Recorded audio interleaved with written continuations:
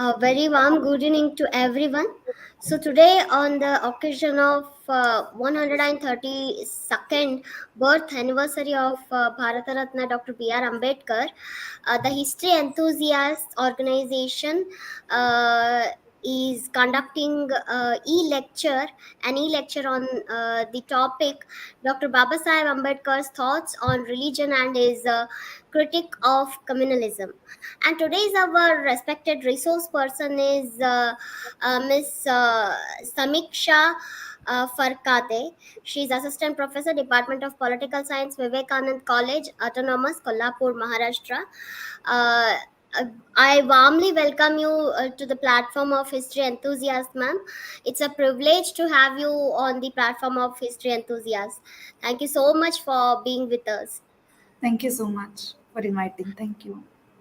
Thank you, ma'am. And I also welcome the president of History Enthusiasts, Miss Manali Momaya, and co-host of this session.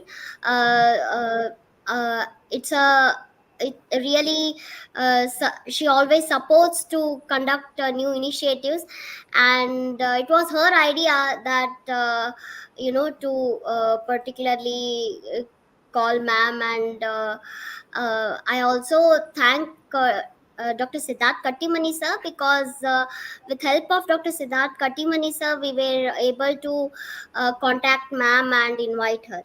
So thank you so much, sir, for helping us to invite ma'am to our platform. And last but not the least, I also welcome all our audience who are joining us through this lecture. Stay active throughout the lecture. Thank you so much. And now I request Miss Manali Momaya to introduce our today's resource person, Miss Samiksha Farkate, ma'am. Thanks for the warm welcome, Nidhi. Uh, we are very happy to have such a young and enthusiastic researcher and assistant professor with us here today. It's really a pleasure to introduce ma'am, Miss Samiksha Korkate. She completed her graduation from Ferguson College, Pune, and her Master in Arts and MPhil from Savitribai Phule Pune University.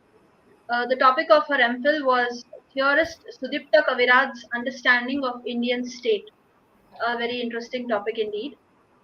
She is currently working on her PhD thesis, which is in the area of women, patriarchy, and the Indian state.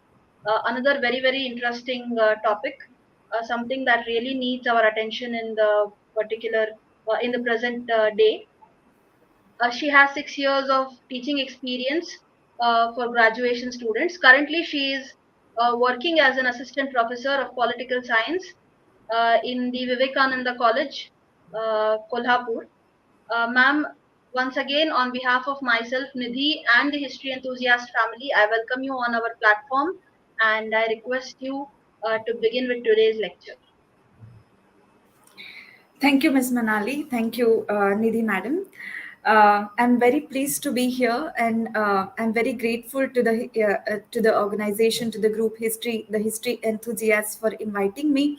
And I'm also, as ma'am said, Dr. Siddharth Kattimani, head of the Department of History in our college, was the key person in bringing this together. So I'm very thankful to him and Department of History of our college for giving me this opportunity. As was told in the introduction, I am not a student of history or historiography. I'm a student of political science. But as part of political philosophy, Dr. Ambedkar's thought in certain respects were an area of our study in post-graduation and graduation, and in later part too.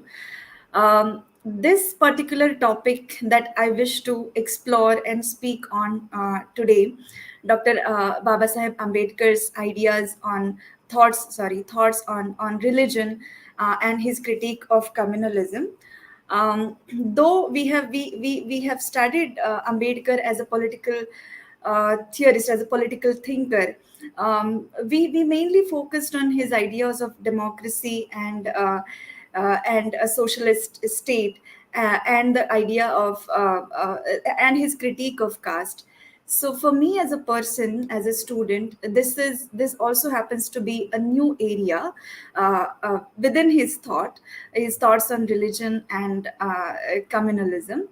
uh, but I wanted to take it up for myself as a personal exploration, considering and take the challenge of speaking on it, considering, and I want to stress this, considering the current context in our country and worldwide, where religion is being made as a basis of politics, and not just of politics, a paradigm of how we relate with each other as society, as members of society. And it is bringing up some undesirable consequences, both socially and politically, and affecting communal harmony, not just even in our country, but worldwide.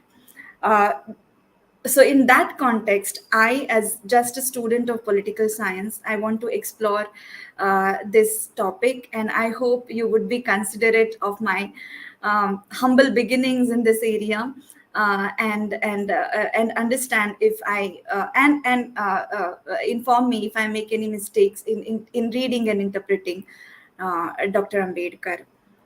uh, as we are speaking, secularism, the idea of secularism is facing challenges, not just in Indian democracy, but the Western conceptions of secularism.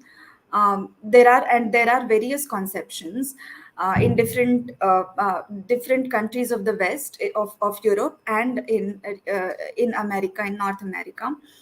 These different conceptions, these Western liberal conceptions, are also facing challenges. The separation of, and this I'm stating as just opening of the topic of the way I want to approach it.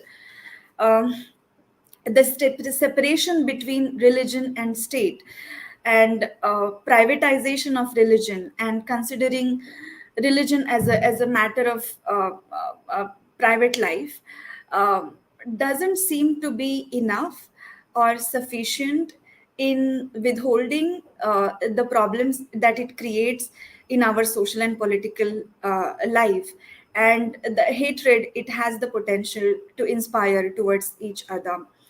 So we are realizing that the Western liberal conceptions of secularism are also facing challenges, and we are coming across the limitations of these conceptions. So in this context, what Dr. Ambedkar tries to do in putting forth an independent a conception of religion itself, an idea of what we should understand religion as, and um, uh, what should be its significance or relevance in our social and political life. And also, secondly, what the challenges of communalism are. um, and in my reading, he interprets them being two ways: for one particular religion internally, and for interaction between two or more religious groups. So understanding Dr. Ambedkar's thoughts in these two parts, his idea of religion and his interpretation of communalism, and how he understands the dangers of communalism, becomes interesting. Um, the first point in this regard that I want to emphasize is that Dr. Ambedkar takes up, and this especially I want to put forward for students of like who are listening. Um, uh, Dr. Ambedkar takes up the task of criticizing religion, or developing and presenting a critique of religion. The idea that we can critique the religion, we can criticize the religion, is not a very obvious one, even now in the 21st century. So if we see various forms in arts, even in art and culture, um, or as society in general, we do not touch the boundary of criticizing a religion or critiquing a religion. And those few who desire to, or who um, dare to do it, are made to face consequences. So Dr. Ambedkar, first and foremost, underlines the necessity of criticizing religion. He doesn't refute, this is interesting, that he doesn't refute the idea of religion. He understands the significance that religion holds in the lives of people and society in general, but he underlines that we need to criticize religion in order to make it more humane and just, for ourselves. So as we know, in his book, sorry, in his essay, Annihilation of Caste, and in other writings of his, he presented a history of Hindu religion and its critique, which again I forgot to mention initially. His critique of Hinduism and his thoughts on Buddhism are not the prime would not be the primary area of my speech today or my talk today. But I just wanted to quote it as an example. So, while presenting a critique of the established conceptions of religion, Dr. Ambedkar comes up, and while presenting the history of the idea of religion itself, Dr. Ambedkar comes up with what we need, an idea of what we should understand religion as. And this is very interesting. So, for me, as a student of political science, rather than the strict historiography, the technicality of the historiography that he applies while presenting the history of the idea of religion, more than that, while presenting this critique and this history, what he proposes the religion to be, that for me as a person and as a student becomes very interesting, which I would like to put forward here. um, so, firstly, he says that religion is not culture or civilization. It's not a cultural identity, and it's neither nationalism. Why this is important to emphasize this, or why as a citizen, as a person, why this point becomes important, seems to be important to me, is because that's exactly what we have come to associate religion with, as a cultural identity, as civilization, and and he notes that some people associate religion with nationalism and understand and equate religion with nationalism.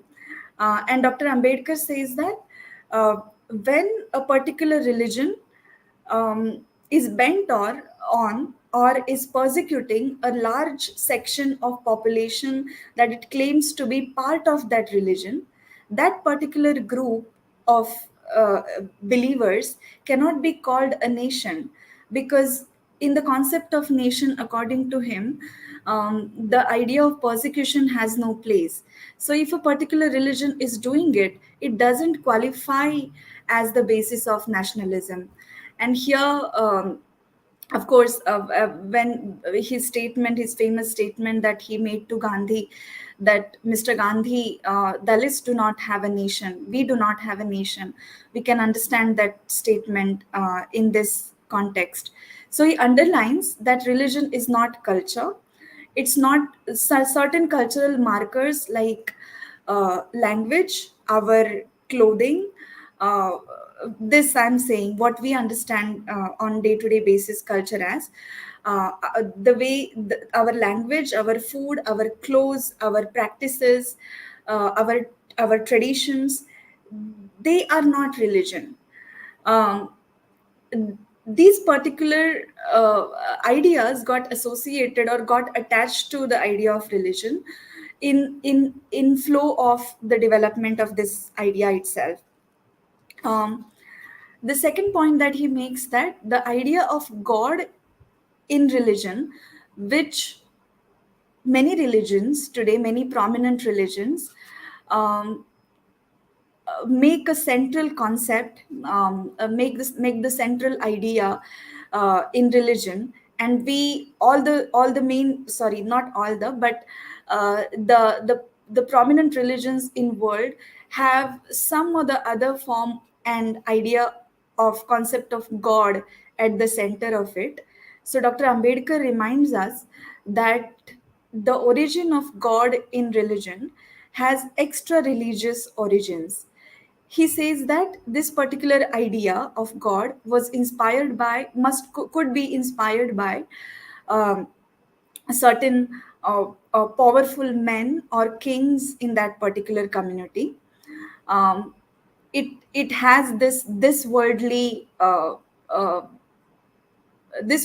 origin, where this godship or this reverence was given to certain powerful men in particular group of kinship. And as we progressed, so when this idea of being God was attached to certain powerful man or men, then groups got divided on reverence given to that particular man or those men and kings. And groups got divided on the basis of their religious belief. In this way, when the idea of God got associated with religion, um, and then that became a marker of identity.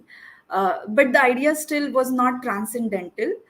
And as we progressed, and as we came to believe that this society belongs only to human beings, and we are all human beings, and then this idea of God was transported to a transcendental existence, to being a transcendental entity.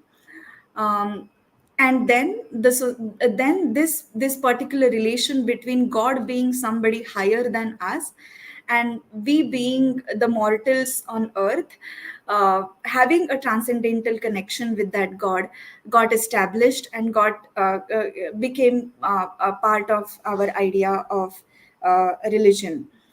uh, From here further, then as the idea of God became transcendental, we proceeded as societies towards individuation.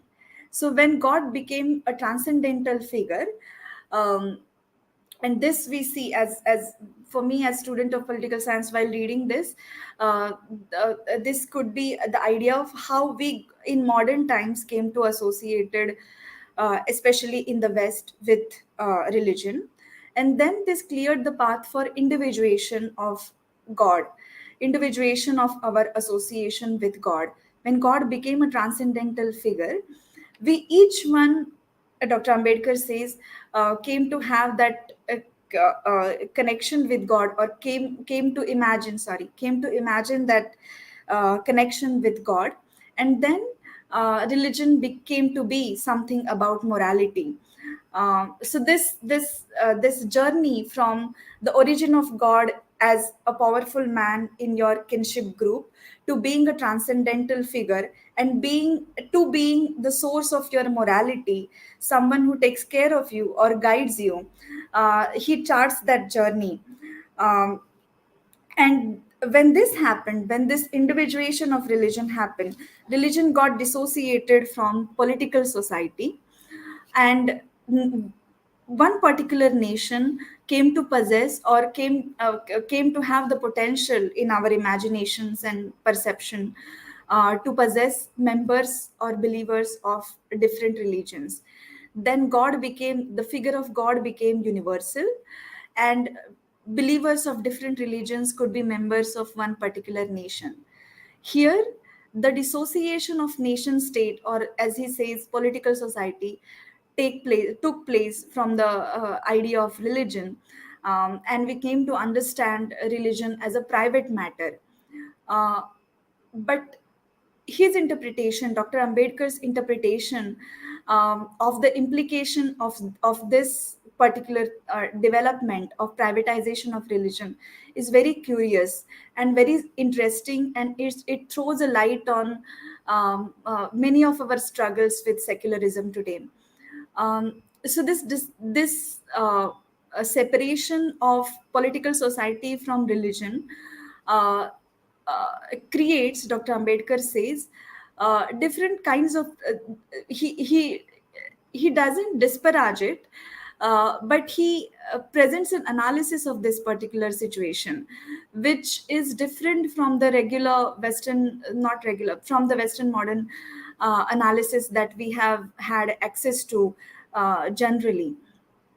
So he says that uh, it only uh, it doesn't reduce the importance of religion in our social and political lives. When we consider religion as a private matter, it doesn't reduce the importance of religion for us as social and political beings. It adds layers to our it adds layers to the associations uh, between state and religion. So, on the one hand, uh, we are supposed to be believers in our private space of certain religions or certain belief systems of morality. Uh, and the state is supposed to give protection to our particular individual beliefs. So these layers of associations between state and religion and individual and religion can come in conflict with each other in the political and public arena. So he reminds us that privatization of religion or individuation of religion doesn't reduce the importance of religion. It creates many planes of associations, and these planes of associations between human being and god and human beings and state and human beings and gods, they can come in conflict with each other. So this particular analysis or imagination is very interesting, and it suggests that we need to go beyond uh, only separating religion and state, and it suggests an answer to why the mere uh, uh, separation of state and religion is being unable to solve many questions around secularism that we face today. Uh, Before we move ahead, I want to emphasize here that the particular idea of religion that Dr. Ambedkar emphasizes, where God is not the center of religion, is a very potent one. We would, of course, be talking about what he attaches to the meaning of religion further again. But when we remove the idea of God as the center of religion, for me, in my mind, while reading, religion, the idea of religion suddenly becomes democratic. It suddenly equalizes. There is no inequality, there's no hierarchy between a higher figure and its believers. So that taking away that particular hierarchy between God and human beings is also a very liberating thing that we can experience.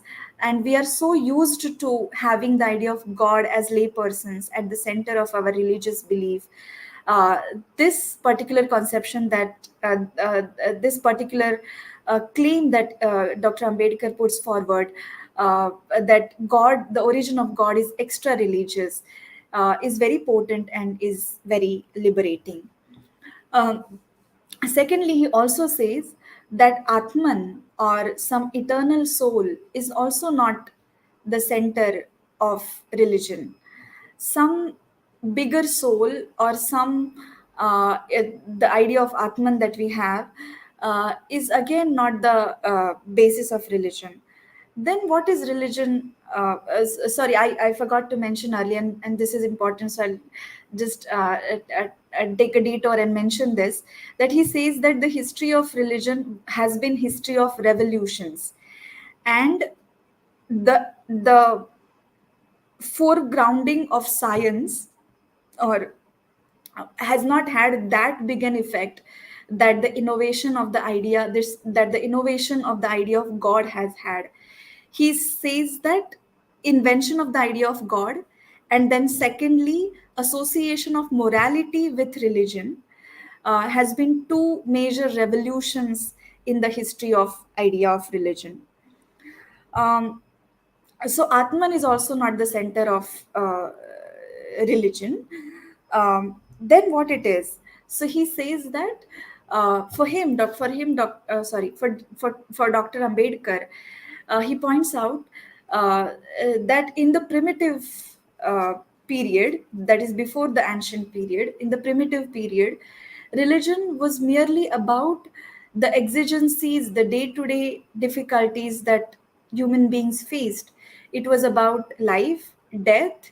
It was about circumstances, natural circumstances, that natural calamities, diseases, and our struggles with those circumstances.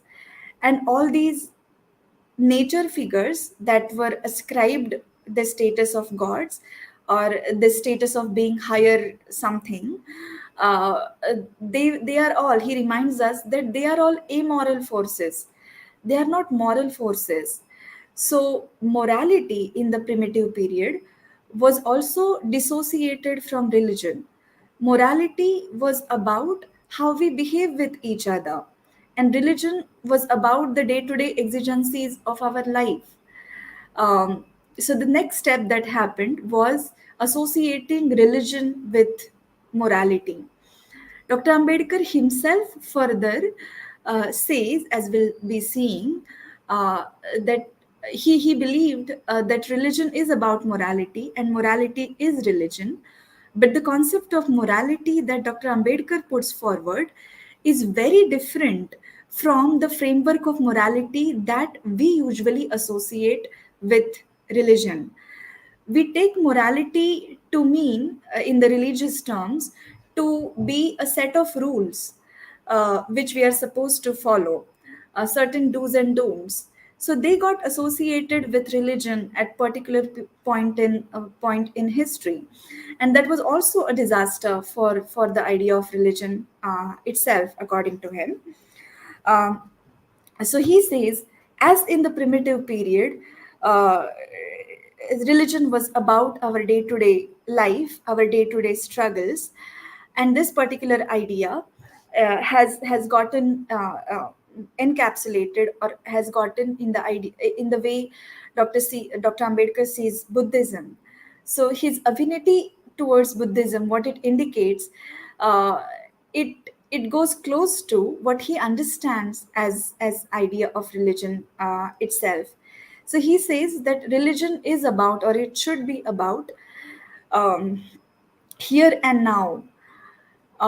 Religious subjects, or religious subjects are, they used to be in the primitive period, and they should be, and they are, the finite, we, you and all of us, finite ordinary human beings who struggle with day-to-day life, who struggle with inequalities, who struggle with social, political, economic, and natural calamities. They are the religious subjects. So, religion should be about how human beings struggle every day, and what frameworks of morality, what frameworks of principles, and he uses the term principles, we apply um, in in these day-to-day struggles.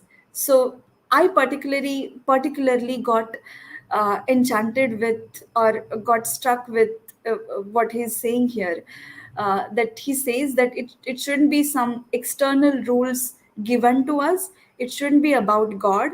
It shouldn't be about some eternal soul, but it should be about our day-to-day struggles and how we resolve them. So this idea that Dr. Ambedkar puts forward um, becomes very liberating, and that's what Buddhism does. He says, Buddhism doesn't promise you existence of some higher soul or God.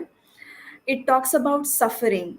it talks about your struggles, it talks about impermanence of things, and it still talks about, not in a nihilistic way, but it talks about the possibility or the uh, um, the possibility and the potential for transformation from within these struggles that we do every day, and from within our suffering. So that's why he feels affinity with Buddhism. um, Here, Dr. Ambedkar, I would like to point out that Dr. Ambedkar revises the theory of karma, which we are all familiar with. And this particular interpretation of the theory of karma is also interesting, what he says. So we understand the theory of karma, the regular theory of karma says that what we did, and that has been at, as we know, at the soul of, or at the, at the base of what, how the uh, how certain people are made to pay in their lives, the theory of karma. So he liberates the theory of karma itself.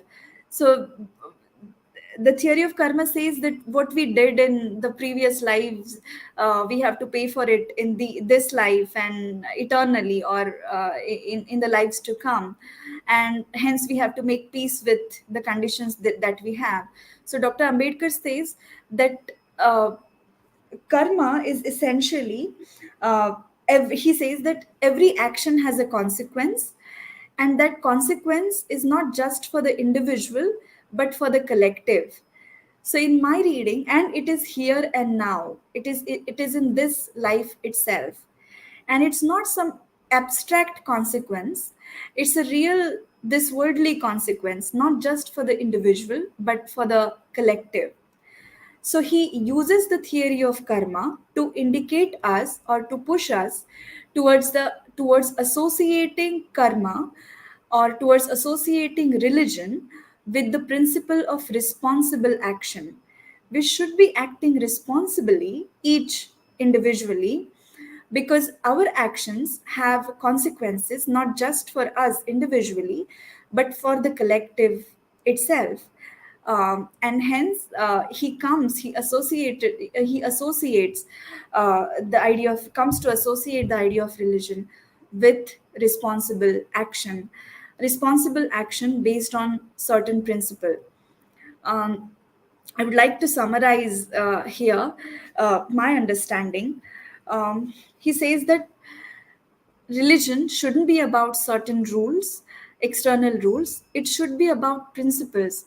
So, the way Dr. Ambedkar looks at religion, he doesn't, as I said in the beginning, and as maybe we all know, that he doesn't refute religion. He doesn't, the way liberalism does, uh, the liberal framework does. Um, uh, he doesn't just say that religion is we make religion as a private matter and we separate it from state, and then it becomes the connection of individual with god.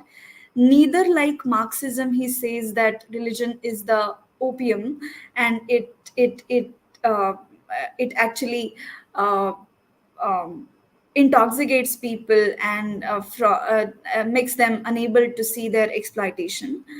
Uh, he is basically pushing us to see, or encouraging us to see and associate it. He doesn't disenchant us when he takes away the concept of God from religion, or when he takes away the idea of given moral framework, given moral rules from religion. He's not uh, pushing us into some disenchantment, uh, not making us again, and for the lack of this is again my interpretation, I'm not saying this would be the right interpretation, but he is not making us uh, non-principled and human beings, non-spiritual, spiritual, non sorry, not non-spiritual, but not non-moral human beings.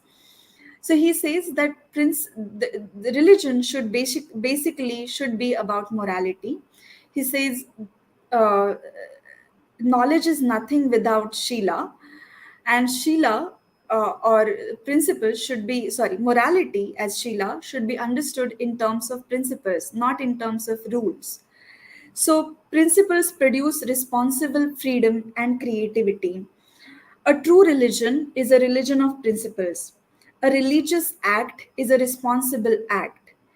When we are applying principles, he said, and I came across this quote in one of the articles by Professor Prathama Banerjee.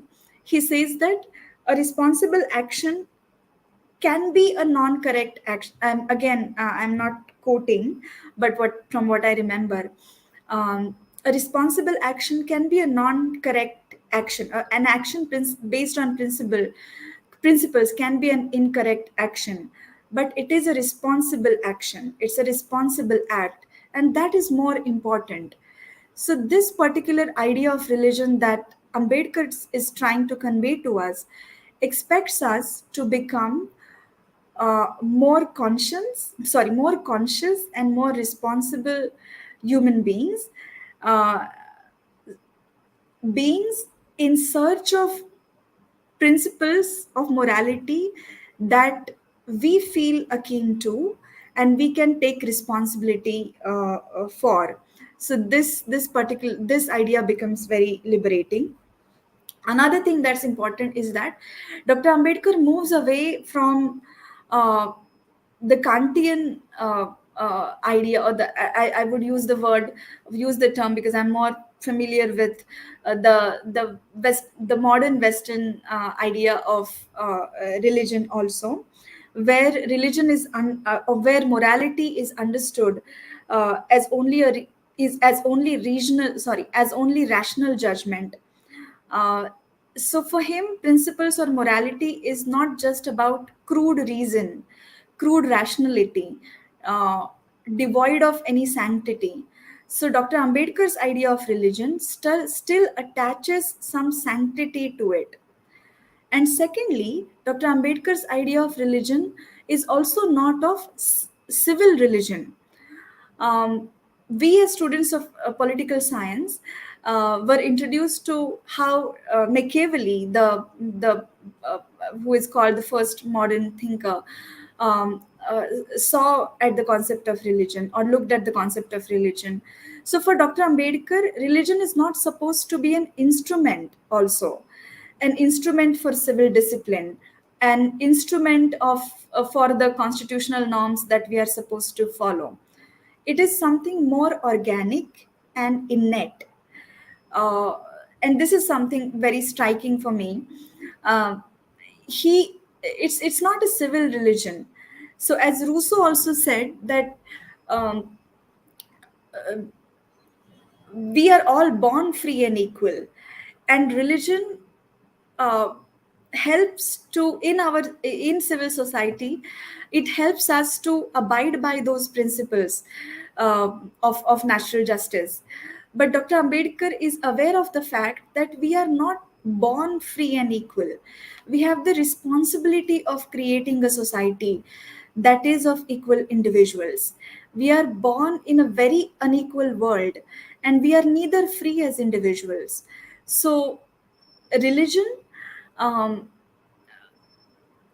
not as a dead thing, not as a given principle, but as something alive, and as a set of principles that we can take responsibility for, uh, should be employed in this way, not only instrumentally. So that is something we should take note of. So he doesn't underline the religion only in instrumental terms. He doesn't associate it with he doesn't associate morality only with crude reason, devoid of sanctity, but he looks at it as in a more organic way, in a more innate way. So for me as a student of political science, and I say reiter this, that I could be wrong in this interpretation from the limited readings that I could undertake in this period, but he frees the idea of being good or moral from the traditional religious frameworks, and he is indicating that we should associate the idea of being good and moral with being just as social beings, with being just or with upholding the principles of uh, justice. So that's what I understood from my limited readings about Dr. Ambedkar's idea of religion. Sorry, I think I went on a little too far. From here on, and the second part of the lecture, I would briefly like to comment on how Dr. Ambedkar looked at communalism.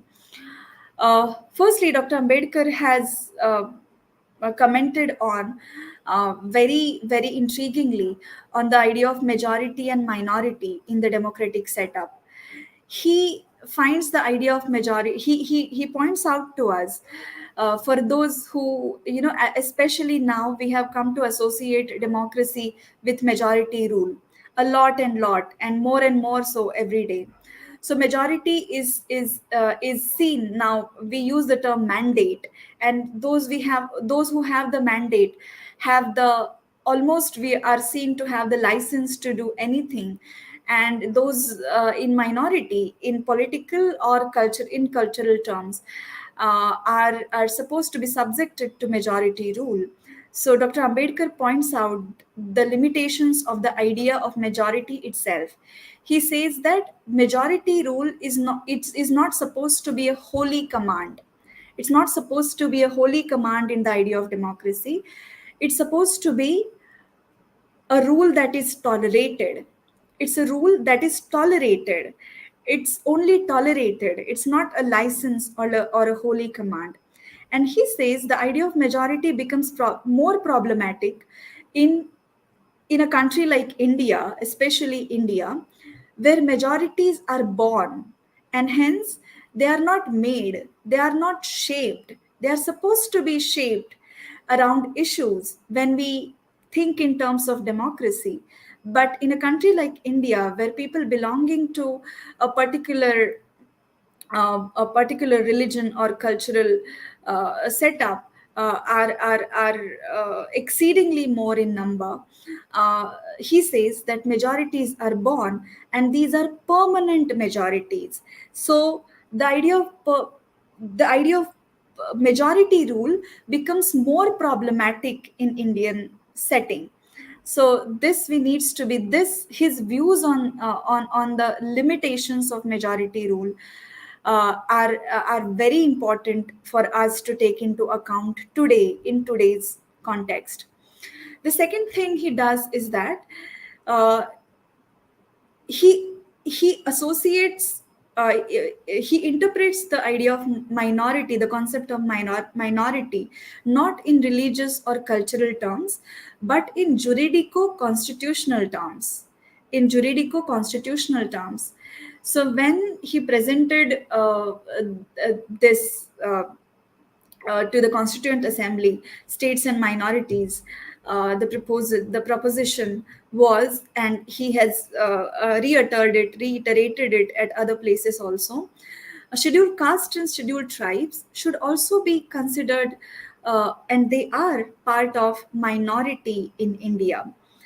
We now associate minorities with linguistic and religious linguistic and religious identities, but he says that SCs and STs are also part of the minorities on by virtue of the persecution or by virtue of the lack of any rights, or the lack of any rights that they are subjected to. So it's not just about numbers, it's about the behavior of the powerful group towards the groups on the periphery that should define the idea of minority. And his insistence on this particular, until I read took up the reading for this particular lecture, I was also largely aware of how he looks at it, and it has not been conveyed towards widely in public discourses. But this particular, when he puts forward this conception of minority, it takes away or it punctures um, how Hindutva dispensation or how Hindutva ideology or how Mr. Savarkar's thought of who is us and who is others, it takes away, it punctures that particular idea, uh, because it reminds us that there are others within the large group that is defined as Hindus themselves, um, and they also need to be protected. So, not defining minority in only linguistic and religious terms has great potential for us as a society and as state and society. So we need to give a good consideration to it as citizens also. And then thirdly, what he does is that because the majority rule has these dangers, we need to be very absolute and very particular about protecting the rights of minorities. And if we read this states and minorities in its preamble and throughout, we will his emphasis, his insistence on protection of the rights of minorities comes up, and it's very thought provoking, and it's very essential. As we all know, in the Constituent Assembly itself, it was proposed when India, when the partition happened, and some of the members in the Constituent Assembly, they were of the opinion that we should, before including the rights of minorities and before defining the scope of the rights of minorities in India, we should wait on we should wait for what Pakistan does with its minorities, and then use the principle of reciprocation. And Dr. Ambedkar was Dr. Ambedkar was categorically and very staunchly opposed to this principle, and he said of reciprocation, and he said that the rights of minorities are absolute. They cannot be made relative to what some other country or some chooses to does with its minorities. Rights of minorities do not depend on how other countries behave with their minorities. And this is very interesting because the logic that was used in Citizenship Amendment Act, the recent Citizenship Amendment Act, and the logic that is used in public discourse when it's constantly said that Muslims in India are more secure than how I'm using this is a crude language, but that's how it is said in the public discourse. Then how Hindus are treated in Pakistan or in other countries, in other Islamic countries.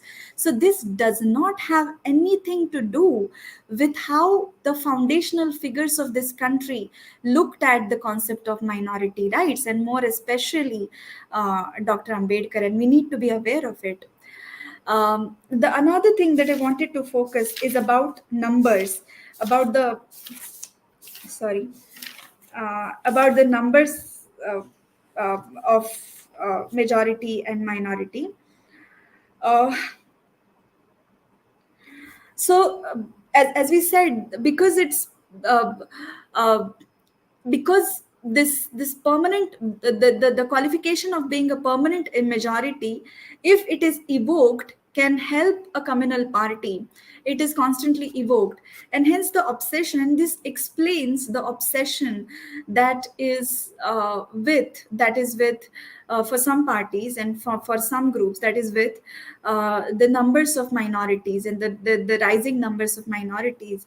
And what our finance minister Nirmala Sitharaman also emphasized in a recent interview given in the United States, uh, uh, and in multiple other statements, it has come up that from office holding political leaders also, that the numbers of minorities are on rise, and they can take up they can um, go beyond the number of the current majority in the country.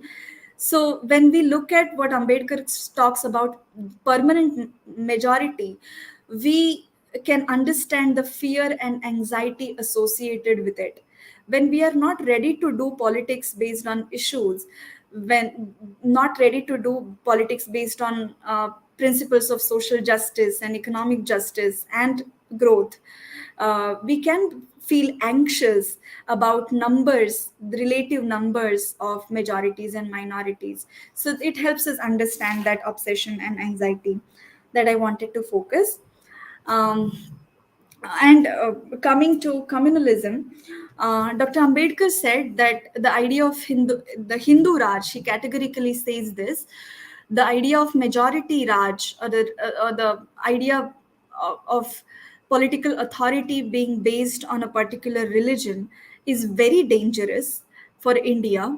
Firstly, because it is undemocratic. Hinduism as a religion is undemocratic. It doesn't fit in the framework of liberty, equality, and fraternity. Uh, it imagines hierarchies and doesn't adhere to the idea of equality. And hence, we need to remember, if we are revering the idea of democracy, we cannot revere the idea of theocratic state, because these two don't uh, uh, they can't go hand in hand, they can't go ahead together. So either we choose an undemocratic state or we choose a democratic state. And hence he had said that the rise of Hindu Raj, if it happens, can become a calamity, the worst calamity for this country. um, Secondly, why it needs to be critiqued is because it can be dangerous. Not just democratic, not just undemocratic, but it can be dangerous. He says it can be dangerous for the security of India. um, because according to the idea of Savarkar, um, uh, he doesn't deny the existence of the other community. He That existence is allowed, but it would be sans or devoid of any cultural identification or markers or existence for that particular minority community. So Dr. Ambedkar says that if a particular community, the particular majority community, can have the right of self determination, why cannot a certain other community have the right of self-determination? And when this is the case, either the cultural significance or difference or distinction of another nation, of another community, it is taken out, it is abolished, or that particular group of people is allowed or is made into a different nation. So having uh, two nations, he doesn't subscribe to the idea of two nations. But having what Savarkar was imagining, that one particular group is made to live in a particular nation, but is taken, their cultural identity is taken away. This particular arrangement can be very dangerous for the security of India, and hence Dr. Ambedkar calls it irresponsible. uh, so that is also something we need to pay heed to, or be or was interesting for me as a student of political science. um, as we know, and hence we need to look at how his idea of Pakistan also, how he looked at it. And yeah, another interesting thing is that he says that the way it's inconsequential whether you partition the country into two nation states, or we make them to live together. It's about how you imagine the relations between them. So uh, Mr. Jinnah was emphasizing partition, and certain other group of group belonging to a particular ideology was insisting on a different setup where the two nations live together, but one is subordinate to the other. So these two arrangements, Dr. Ambedkar says, effectively are not uh, distinct from each other, and that's very interesting. What how he looks at it, they are one and the same. He says it's about how we imagine them to be. What's the principle that we are employing while looking at the problem of communalism and harmony between two or more groups? So this was his problem with the way Congress also was looking at it. He says that you are only focusing on method and not on the principles by looking at the problem of communalism. Um, yeah, so that's how he understood communalism, and he said that the West tackled with its problem of communalism by banning communal parties or by suggesting mixed parties, and he said that uh, this was attempted in India in after the Montagu-Chelmsford reform. The idea of mixed parties representing different cultural and political groups. So he said there are these two ways of dealing with communalism. So yeah, so these two aspects, his idea of religion and his critique of communalism, and the way he points out to the dangers of communalism, that I wanted to talk about. Um, Before ending or closing it, I would like to underline certain threads that come out of this reading or discussion.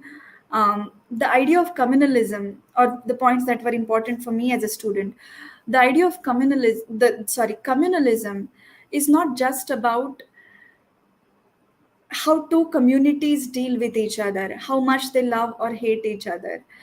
It's about how particular community uh, treats the members within, or treats the members that are claimed to be part of that community. So the rise in communalism not just endangers the relations between two distinct communities, but when we imagine groupings on the basis of religion or religious identity, we imagine one particular block and we discount the social hierarchies and injustice and exploitation that exists within a particular community. And that's also something that Dr. Ambedkar was pointing to, and hence he said to Nehru, this was his proposition to the Congress also, that religious minorities of course need to be protected, and I would also protect them, would stand for protecting them at any day, on any day. But are not scheduled castes and scheduled tribes and Christians are they not also in danger? So the idea of communalism is not just about outside the relations between two communities, but about how we treat each other within community also. And these two problems are interlinked. That's what he pointed towards. Uh, so yeah, I would like to conclude it by saying that we need to uh, pay attention or read Ambedkar in deeper ways to understand how he understood religion. And for me, particularly, as we know, um, the liberal West, it's not about West versus East, not at all, but it's about a dialogue.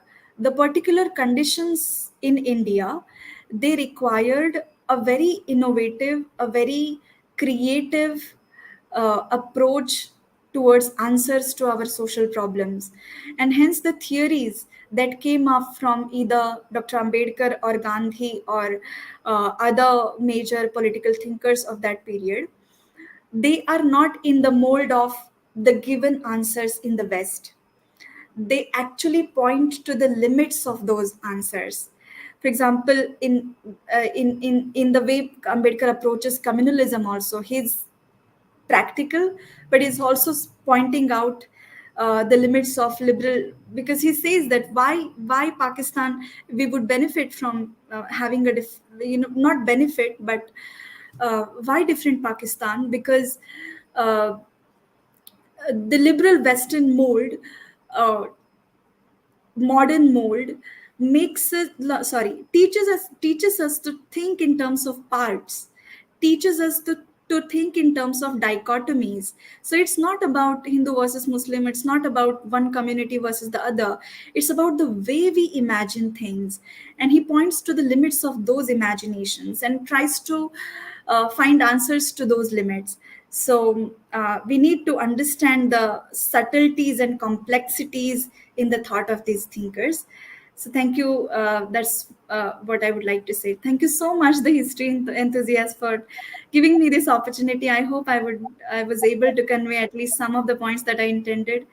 And thank you. Thanks a lot for giving this platform to speak with you. Thank you. Absolutely, ma'am. We are really happy that we invited you, and you have definitely done a very wonderful job. It was a very insightful and profound discourse on the ideas of Dr. Ambedkar with regards to religion, with regards to communalism, and how it is relevant in the present scenario of our country. Uh, so we do have some questions in the comment box. I guess we can have a brief discussion. There's one question here. It's on your screen too. Yeah. How did Dr. Ambedkar, how View did the Dr. future. Ambedkar, Yeah, view the future of Hindu religion at that time, and how can we compare his thoughts to the present manifestations. uh, okay, I would like to admit that I haven't read particularly on this theme, what he uh, thought about the future of Hindu religion. But what I know from earlier readings is that uh, he expected, he said or warned that, yeah, he warned that uh, the the religious sanctity given to caste system in Hindu religion as the basis of Hindu religion needs to be taken away, and it should be, if the religion is to be seen in the future. He doesn't, I think, say anything about seeing it or flourishing it in the future, but the religious sanctity given to caste in Hindu religion should be taken away if it is to survive, and it should be infused with um, the principles of equality, fraternity, and justice, the modern principles. So, a religion based on hierarchy uh, uh, would be, as a religion, it might survive. I don't know if it might survive, but as a basis of political society, it would not thrive. That's, I think, what he said. But I would like to read more on it. Yeah. absolutely, ma'am, because even though Dr. Ambedkar tried to continuously, constantly, he tried to bring reforms in the society and bring change in the mentality of the then Orthodox society. He was partly successful, but a large part of the Orthodox society continued to believe in the traditional thoughts, and they were also opposed to the idea of abolition of many things such as untouchability or allowing the scheduled castes to enter into temples or such things. They were not very progressive, they were not ready to accept, and that is the main cause why Dr. Ambedkar came up with the idea of religious conversion. It was not because everybody needed a god, it was because Yeah. everybody needed an identity. Religion here, it served as a means of identity, not just a moral code of conduct, but something where they could reach their full potential and survive as individuals in a society where, for many, many centuries, human beings, are not looked at as human beings. They were treated worse than dogs. So that was his main reason. So I guess, yes, Uh, what you just said is absolutely correct. There's another very interesting question here. Yes. This from Lovelina Lobo. How would speaker like to explain the concept of religion to a 5-year-old, as these concepts are something that are developed as we grow up? Okay, I of course am not a student of religious studies, but Lovelina, as somebody who has started reading Dr. Ambedkar and Gandhi, also to a 5-year-old, uh, I would say taking if um, how to communicate the idea of responsibility, but to a 5-year-old, I sorry, I cannot respond to this question. But for me, I think to a lay person, uh, we can say what I understand from these readings is that uh, putting forth religion as taking responsibility of our actions and being principled in our actions and being just to others, and striving towards more equal and just relations, that's what should be taught as religion, that's what should be communicated as religion. uh, Certainly not we that what we communicate as religion to 5-year-olds now. Yeah. Yes, I want to add a little bit to this. Yeah. Uh, when we say the word religion, we should understand that Dr. Ambedkar meant the word dhamma as an equivalent of the word religion, and dhamma simply does not mean the institutionalized religions that we talk of, as you have already mentioned in your lecture. It is not about one particular um, institutionalized religion that we see today, uh, those that have compartments. It is simply doing good, being good, not hurting others. I think we can teach that to a 5-year-old child. It was Right. similar to what Dr. Ambedkar taught us, because we had the wrong concept of religion in our minds. And when we read his works, there is a paradigm shift in our thinking. And Yeah. I think he's trying to teach us what is religion. And in the same way, we can try to teach a 5-year-old child. There won't be much difference, because when it comes to such matters, we are also children, and we need to unlearn a lot Yes. of things and learn a lot of new things. How nicely put. Yes. How nicely put. True. Thank you. True. Amazing. I would just like to There add, is he also, yeah, sure. yes, yes, yes. Sorry. Please continue, ma'am. He said that, I miss saying this, but he said that we would need religion more in the future, like his future, than we have needed it in the earlier times. So he looked at religion not just as a negative force, but as a force of social transformation if imagined in a correct way. Sorry. Yeah. Absolutely. Uh, Dr. Siddharth Kattimani sir has posted a comment. V.D. Savarkar's social thoughts are also equally important, but people ignore them and usually focus on the political thoughts and ideology. So, do you have anything to add to it?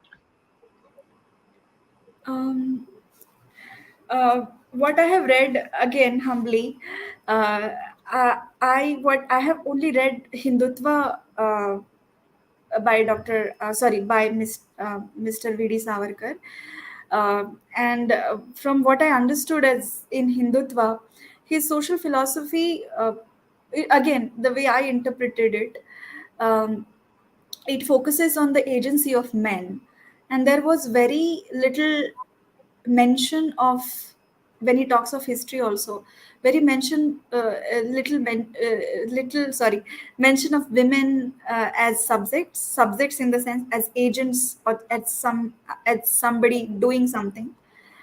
So, what I find problematic in Savarkar's thought is this, uh, is his attitude towards gender and masculinity, especially the his, as he said.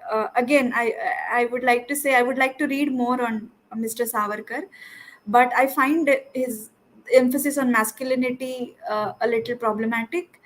uh, and and we I would say, as student of political science, we cannot distinguish between social thoughts and political thought in a watertight compartment manner, because these all of these people are talking about social imaginations only, and they base their political ideas on their social imaginations. So a particular political society is in congruence with their idea of the society that it is based on. So yeah, what from what I have learned, I think Savarkar said that there shouldn't be caste hierarchies, and people should be considered one instead of in hierarchy. But in implementation, how that so yeah, I'm sorry, I should read more. Yeah. That is one problem with our society. There is always a huge gap between theory and practice. So the writers of theory are somebody else, and the people who implement those theories are completely different people. So usually there is a huge gap. And I Everybody think, in Manali, interpretation also. Writers write something, it is interpreted in a wrong way to the public. I think that uh, gap is also there yes, sometimes. in the sense it is like, see, when going to war, the people who used to build the Yuddha Niti, they were different. And then the people who would fight, they were soldiers, they were different. And there wouldn't be any, there would be miscommunication. What I'm trying to say is, in theory, everybody says that caste is bad, there shouldn't be hierarchy, there shouldn't be discrimination. But who is following that? Yeah. Everybody still continues to look, even today, when we talk about a person, we ask their name. Earlier, it was okay to ask a person his caste. Now, it has become a little more sophisticated. We ask, what is your name? And then, what is your Or where do surname? you live? Or where do you live also? Yeah. Yeah, so from that, In we which try area to of the city? Yeah. infer. So Yeah. it's not gone. It has just become a little more sophisticated and subtle. It's not changed a lot since then. Yes. There's another question here. I think we'll take the last one. Yeah, this is What are, yes, what are Dr. Ambedkar's thought Ambedkar's about thoughts? inclusion of female then. I would like to respond in a very short way.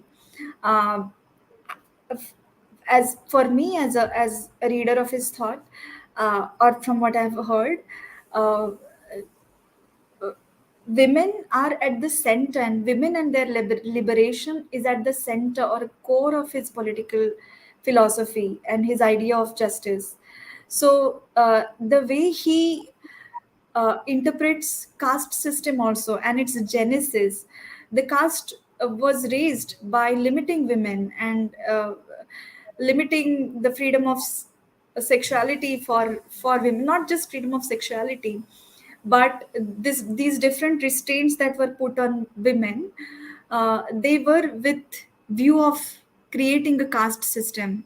So when he talks of uh, uh, creating a different society based on justice, he definitely imagines um, the transformation in the lives of women, not just in a he doesn't look at it as just women empowerment or inclusion, because these themselves are very limiting words. Somebody is including the other, somebody is empowering the other, somebody is liberating the other. So what Dr. Ambedkar is trying to do is giving alternative basis to the society itself. So the alternative principles for the structuring of society themselves, and therein women are imagined as human beings and as right holding citizens. Yeah. And we must not forget that even before the concept of universal adult franchise in the European countries included women, Dr. Ambedkar had demanded the voting right for Indian women. It was shocking for the Europeans also. So, yes, if he definitely thought a lot about the condition of women in our society, the status of women, Of and course. Yes. he has worked relentlessly for that. Yes. I Yes. think. Yes. Yes. Yes, I would just like to read some of the congratulatory messages. Before that, Dr. S.R. Kattimani sir has made a statement here. Dr. B.R. Ambedkar's concept of Dhamma was also like Emperor Ashoka's Dhamma. Yes, he gave it a new, um, I think we can say, a new look. It was not very institutionalized religion kind of thing, something that Yes. suits the need of the present population. Yeah. Yes, so I just like to read some of the comments. Uh, Shri A.K. Farkate sir has written, thank you very much, the organizers. This intellectual stimulus is enriching. Then Miss Supriya Patil, ma'am, assistant professor, she has also uh, congratulated. Then there is Miss Shubhangi Kale from the same college, I guess. Really very fruitful session. Thank you. Shri Ajay Patil sir, very informative lecture. Then there is best wishes Shri Virendra Kumar, 14 अप्रैल की हार्दिक शुभकामनाएं. Miss Pratibha Sariputra has mentioned very deep study, ma'am. Uh, Katimani sir has also written very effective and thought-provoking lecture. Then Shri Prasad Ghanekar, uh, Assistant Professor Samiksha ma'am has effectively put forward the idea of need to reread Dr. Ambedkar. She is forthright in commenting about the current socio-political state. Thank you. And yes, the comment by Ms. Supriya Patil. Thank you, the History Enthusiast Association, for selecting a topic of urgent importance. Congratulations to both association and Vivekananda College, Kolhapur. And she's also thanked ma'am for thought-provoking and insightful talk. And we agree with all our viewers who have commented wonderful things. Uh, Definitely, it was a very insightful and very thought-provoking address, ma'am. Uh, Thank we you. have to. You're kind and yeah, you're kind and thank you. You're very kind. Yes. No, ma'am. Yeah. It was really a pleasure to have you here because we have to continue. We have to keep The reading dialogue. and reading. Yes. Yes, there should be a dialogue between the past and the present, and there should be contemplation. There should be introspection, where we are going, what we are doing, and where exactly the problem lies, and how we have to solve it. We can't wait for another Ambedkar to come and solve our problems for us. He has already shown us a path. He has already walked on it. Uh, we have to just walk behind him, and maybe in some places make a new way, and that we must do.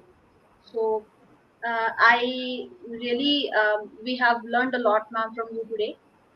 I now request Ms. Nidhi Katti, Vice President of the History Enthusiasts, to kindly propose a vote of thanks. And before going, we have posted a feedback link in the comment section, because we are constantly organizing such lectures and panel discussions. We want to know from the viewers how we can improve ourselves. So please do submit your valuable feedback for our improvement. Thank you so much. Nidhi. Thank you, Manali. Thank you so much.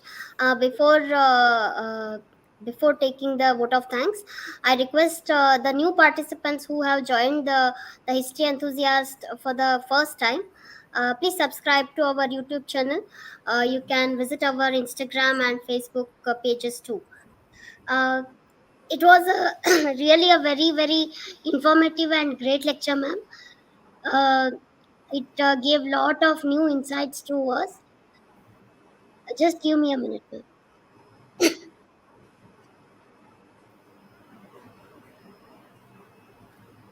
Sorry for the inconvenience. It was really a very insightful lecture, ma'am, and we are actually blessed to have such a young researcher on our platform. Uh, and very energetically, you have expressed the thoughts of Ambedkar on religion and communalism. Thank you so much for enlightening us with your beautiful words, ma'am. Thank you so much. And we expect your support, guidance, and further participation in our coming events too. Thank you so much, ma'am. Thank you. Thank you. And I also thank the President of History Enthusiast and co host of the session, Ms. Manali Momaya, for actively being part of this session. Thank you so much. And I also thank all the audience who were really very active throughout the session. Thank you so much for supporting the history enthusiast and for appreciating our today's resource person, Samiksha Farkate ma'am. Thank you so much. Stay tuned for our next lecture. This week we have some more multiple sessions, so stay tuned for coming events. Thank you so much. Have a very good night. Thank you very much. Thank Thank you you. to Nidhi for being such a wonderful co-host. Can you please tell the audience about tomorrow's book review?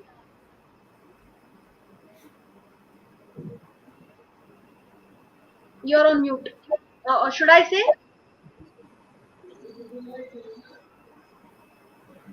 Let me do it. You're on mute. Yes. Tomorrow. Okay. Okay. Two sessions are there. So we are yes, we are very happy to announce that tomorrow and day after tomorrow we are having two sessions. Tomorrow there will be a book review by Mr. Ripunjay Kumar Thakur from the University of Yes. Delhi. He is a research scholar. They are very interesting books. We will be posting the brochure and the link on our Facebook page, Instagram, and our WhatsApp uh, group. So please join us then. And we have another lecture from the same person day after tomorrow, and it is on a very interesting topic that is Shakti tradition in early Bihar. So stay tuned for that. If any of the research scholars or researchers have, um, if they want to present a book review on this channel, you can contact us. We will definitely be very happy to host you here. We want to learn more and more about historical works, maybe not purely historical, but something related to history is also welcome. It is for the enlightenment of all of us. So thank you once again. We are signing off here. Thank you all. Thank you. Bye.